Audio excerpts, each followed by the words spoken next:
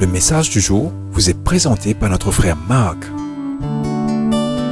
Salut, chers bien-aimés de notre Père Céleste. Nous sommes toujours avec le Fils prodigue dans Luc 15, où Jésus s'adresse à tous les fils prodigues de la vie. Bien-aimés, la fête a commencé et tout le monde se réjouit. Mais remarquez bien que ce père attendait depuis si longtemps le retour de son fils à la maison. Et maintenant, ce jour est enfin arrivé.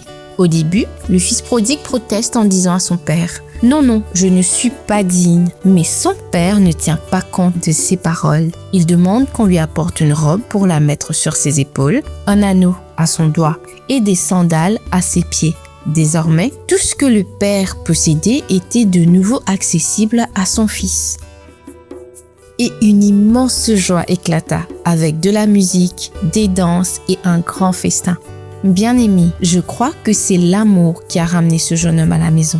Et c'est la joie du père qui l'y a fait demeurer. Chaque jour, il pouvait voir combien son père était heureux de l'avoir retrouvé. De plus, tout ce que les années de destruction avaient dévoré dans sa vie était en train d'être restauré, conformément aux promesses. Êtes-vous à la place du fils prodigue? Êtes-vous arrivé à un moment de votre vie où vous pensez que tout est perdu, qu'il n'y a plus aucun espoir?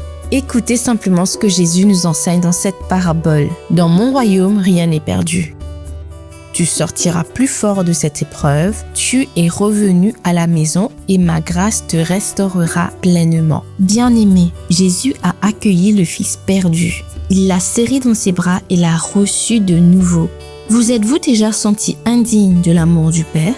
Tout ce que vous avez à faire, c'est tendre la main et pousser un cri vers lui. Le véritable berger viendra vous chercher et vous prendra dans ses bras. Celui qui vous poursuit depuis des années est prêt à vous recevoir. Il est temps de revenir à la maison auprès de Jésus. Que Dieu vous bénisse tous. Passez une excellente journée en sa présence. Je vous encourage à relire les 3 paraboles et à laisser le ciel se réjouir à votre sujet. Nous nous retrouverons demain. À bientôt. Si toi aussi tu crois que la parole de Dieu est une bénédiction, partage-la et sois une source de bénédiction pour les autres toi aussi.